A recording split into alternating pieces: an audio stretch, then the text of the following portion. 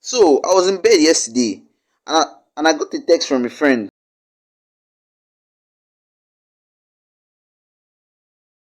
saying he just got himself a Galaxy A03 core, and I'm like, huh?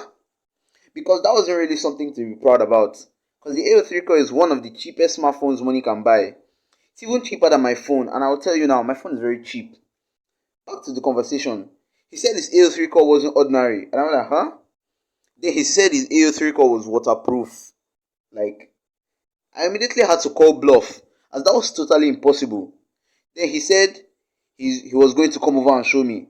I agreed, but there was a catch.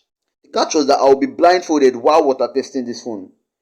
I also agreed due to the fact that I'm pretty knowledgeable with tech, so I thought I should be able to identify an A03 core with my eyes closed. A few minutes later, he arrived and we set to the sink immediately to test this so-called waterproof A03 core.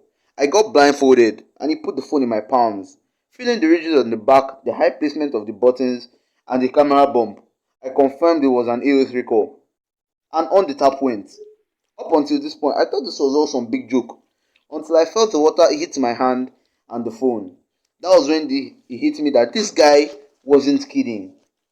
After about a minute of immense rinsing, he took it back and pocketed it.